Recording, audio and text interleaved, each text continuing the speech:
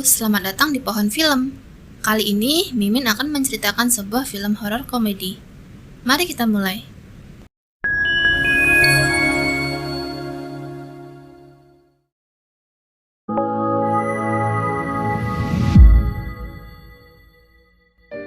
Film dibuka oleh sosok wanita yang berjalan pelan di tengah derasnya hujan. Di tas serba, terlihat seorang pria yang tampaknya karyawan di sana sedang menata produk makanan. Pria itu diketahui bernama Hodu. Saat dia melihat seorang bapak-bapak duduk di sana, meski terlihat sedikit menyeramkan, dengan polosnya Hodu bertanya apakah paman membutuhkan air atau obat tetes mata. Namun pria itu hanya melihat Hodu dengan tajam diiringi lampu yang tiba-tiba berkedip. Dalam perasaan takut, tiba-tiba Hodu dikejutkan oleh sosok wanita di depannya. Ternyata itu adalah Yaji temannya yang sedang dalam keadaan mabuk. Hari ini dia gagal wawancara kerja lagi. Itu membuatnya frustasi. Paman itu pun sampai ikut menangis melihatnya. Yaji yang putus asa karena sudah tak memiliki uang lagi, dia meminta Hodu mengembalikan uang yang dipinjamnya. Namun sayangnya uang itu sudah Hodu setorkan untuk uang sewa rumah barunya.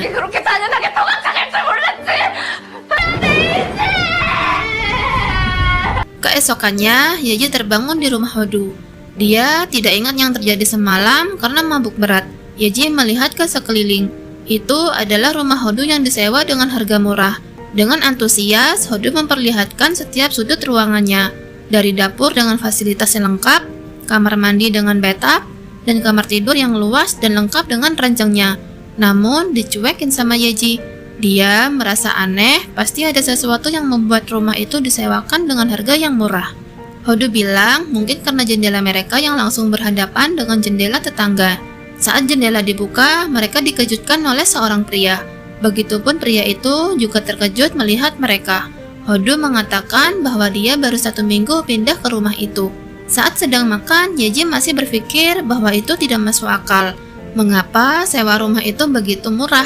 Meskipun bangunannya agak tua, tapi lokasinya bagus dan luas. Perabotannya juga lengkap. Hodu bilang dia membuat penawaran yang bagus. Meski begitu, Yaji masih merasa aneh. Saat Hodu bertanya kapan Yaji akan pergi, Yaji beranjak dari tempat duduknya. Hodu merasa senang, mengira Yaji akan pergi saat itu juga. Namun ternyata dia hanya pergi ke dapur. Di dapur, Yaji berteriak. Dia tak sengaja menginjak boneka bayi yang kemudian ditendangnya begitu saja.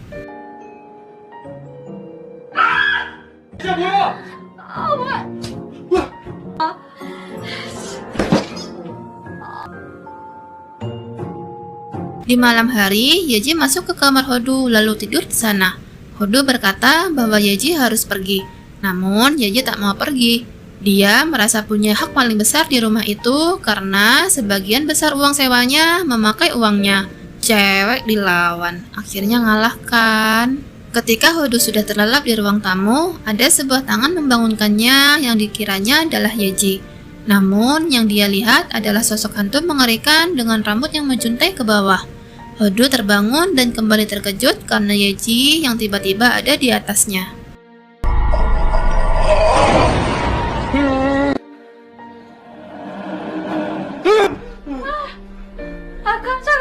Di kamar mandi, Hodu melihat ada bayangan yang bergerak di balik tirai.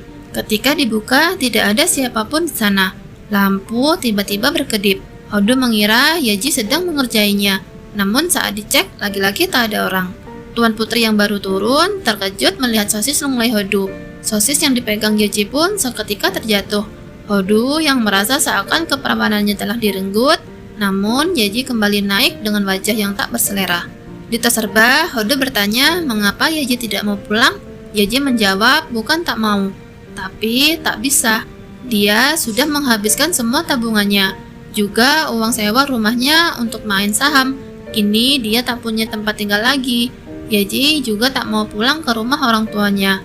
Yaji kembali mengingatkan bahwa dulu dialah yang ngasih Hodu makan dan minjamin uang saat Hodu susah. Seketika itu Hodu kembali lunak. Dah dibilangin cewek itu maha benar. Ada pelanggan masuk. Dia ternyata adalah pria yang tinggal di sebelah. Dia ingin membeli ramen. Yaji heran, pria itu terasa canggung. Sepulang kerja, Hodu senang dia bisa dapat banyak sekali makanan dari tempat kerjanya. Tak masalah baginya meski itu semua sudah kadaluarsa. Dia bisa masak makanan yang enak. Suka-suka elu dah. Tiba-tiba, Yeji terkejut melihat ada seseorang dari balik jendela rumahnya. Dia mengira ada maling yang masuk. Dengan tongkat baseball, niat hati ingin menangkap maling, tapi berisik sekali mereka berdua ini. Saat Yeji mengecek ke dalam dapur, dia berteriak. Dia kembali menginjak boneka kecil itu lagi.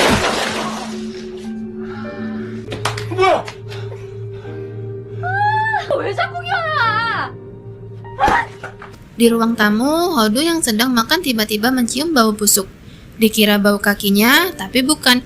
Pria yang tak punya harga diri ini pun mencium kaki Yeji, tapi juga bukan. Anehnya, hanya Hodu yang mencium bau itu, sedangkan Yeji tidak mencium apapun. Hodu yang penasaran mencari sumber bau itu. Sekarang, dia berperan sebagai dogi yang mengendus ke setiap sudut ruangan. Dia merasa sumber bau itu ada di dalam kamar. Tiba-tiba, ranjangnya bergetar. Setelah kasur dirobek, keluar burung yang entah bagaimana caranya masuk, langsung menyerang mereka.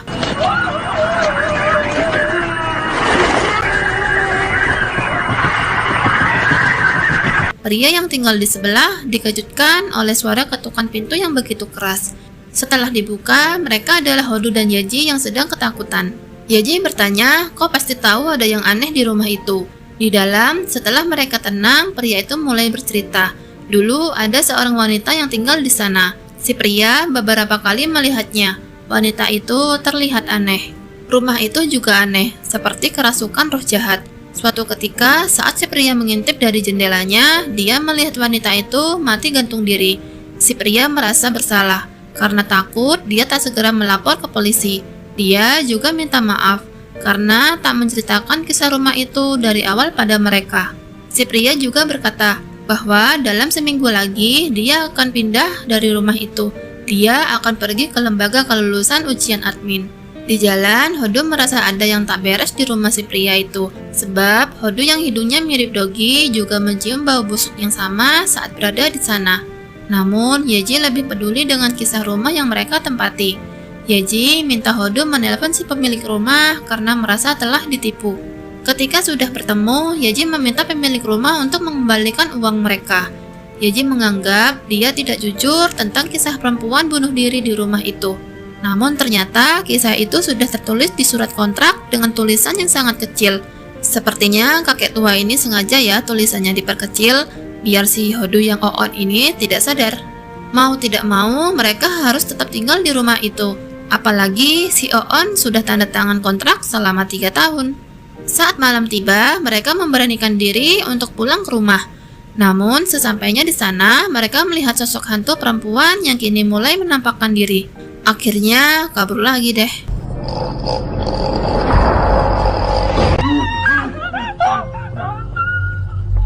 Di Toserba, Yeji memiliki ide cemerlang.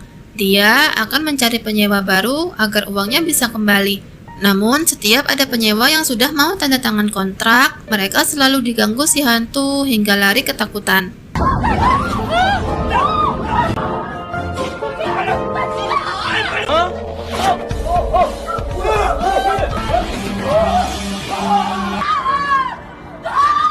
Tapi Yeji tak mau menyerah.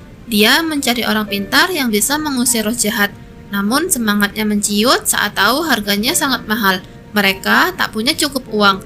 Akhirnya, Yeji hanya membeli kacang merah dan garam untuk ditabur di dalam rumah. Cara itu mereka pelajari di internet. Ketika mereka tidur karena kelelahan, terlihat kacang-kacang itu bergerak dan kembali melempari mereka.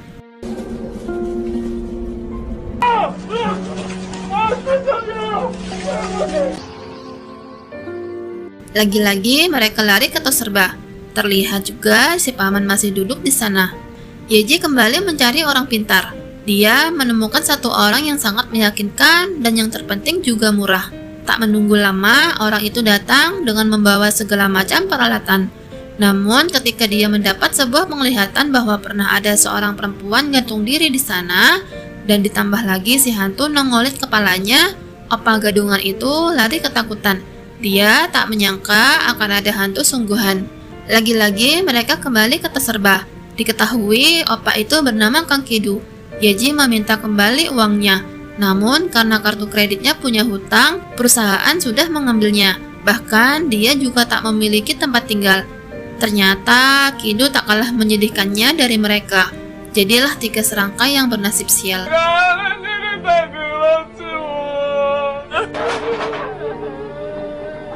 Malam itu, masih dengan perasaan takut, mereka memutuskan untuk kembali ke rumah. Kido yang tak punya tempat tinggal, terpaksa juga diangkut pulang. Dia bercerita kalau sebenarnya keluarganya adalah dukun dari beberapa generasi. Dia juga diminta jadi dukun oleh neneknya. Namun, dia tak mau dan memilih kabur dari rumah. Kido ingin jadi artis. Dia mendapat banyak tawaran nyanyi dan nari. Namun, setiap Kido mulai rekaman, hantu-hantu itu selalu mengganggunya. Pasti karena suaranya merdu membuat hantu itu tertarik. Tapi bohong.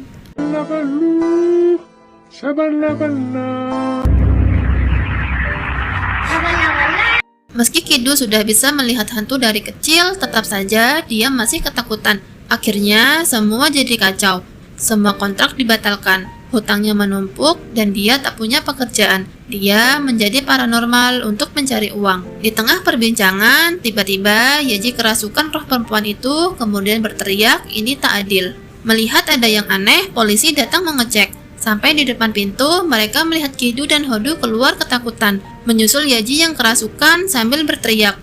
Dan entah apa yang terjadi selanjutnya. 경찰입니다.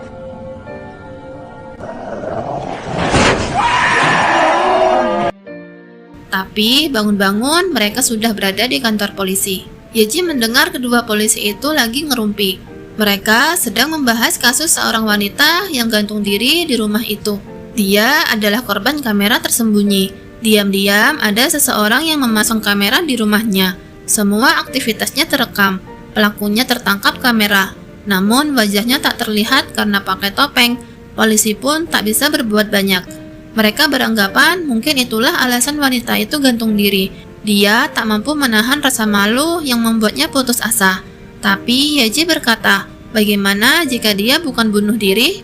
Polisi menganggapnya bunuh diri karena dia meninggalkan catatan. Dia menulis sangat sedih karena video tentangnya masih beredar. Di rumah, Yaji tampak murung di kamarnya. Bahkan dia tak mau makan apapun. Yaji merasa sedih mendengar kisah hantu wanita itu di masa hidupnya. Dia yakin hantu itu ingin memberitahu mereka sesuatu. Namun Yaji menyesal karena tak memahaminya. Dia tak tahu harus berbuat apa. Di internet, Yaji menemukan video wanita itu yang masih beredar. Tampak seseorang memakai topeng sedang memasang CCTV di alarm kebakaran.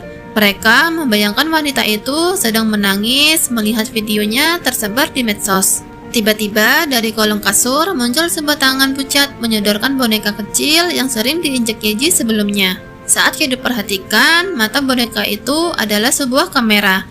Kemudian, scene diperlihatkan saat wanita itu sengaja meletakkan bonekanya agar merekam si pelaku jika dia kembali ke rumahnya. Dia mendengar suara tetangganya yang memberitahu ibunya lewat telepon bahwa dia telah lulus ujian.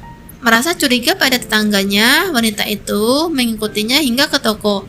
Dia yakin pria itulah pelakunya setelah melihat logo yang menempel di HP-nya.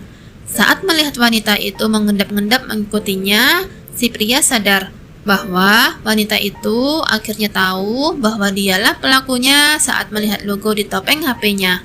Wanita itu berlari masuk ke dalam rumah dan menelpon polisi. Tapi sebelum teleponnya diangkat, tiba-tiba dengan sekuat tenaga, pria itu menjerat lehernya dengan kain dari belakang. Dan semua terekam jelas oleh kamera tersembunyi yang ada pada bonekanya. Melihat semua bukti itu, Yaji dan 2 orang temannya melapor ke polisi.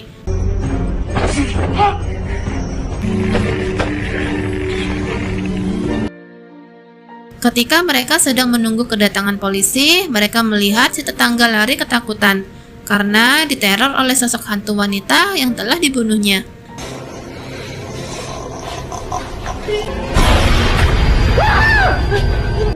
Takut si pelaku kabur, mereka akhirnya mengejarnya sendiri tanpa bantuan polisi.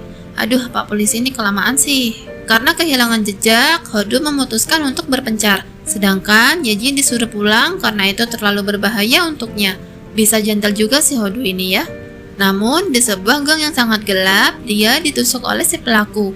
Sambil menendang perut Hodu, pria itu mengatakan bahwa dia merekam wanita itu awalnya hanya untuk main-main.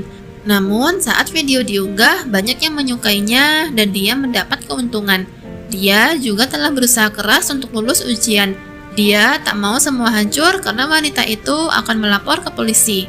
Di tengah kesakitan, Hodu terkesima melihat Yaji datang menendang si pria itu. Kemudian dia berkali-kali memukulnya sambil berteriak, "Bagaimana dengan hidupku yang sudah kau hancurkan?" Namun saat Kidu datang, dia melihat hantu itu yang merasuki Yaji.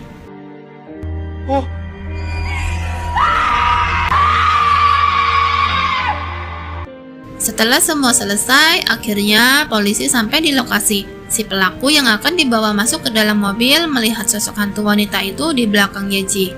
Dengan perasaan khawatir, Yaji kebingungan mencari Hodu. Dia takut Hodu meninggal. Yang ternyata, Yaji takut kehilangan uang yang sudah dipinjam temannya itu sebelumnya. Yah, padahal Hodu udah GR duluan tuh.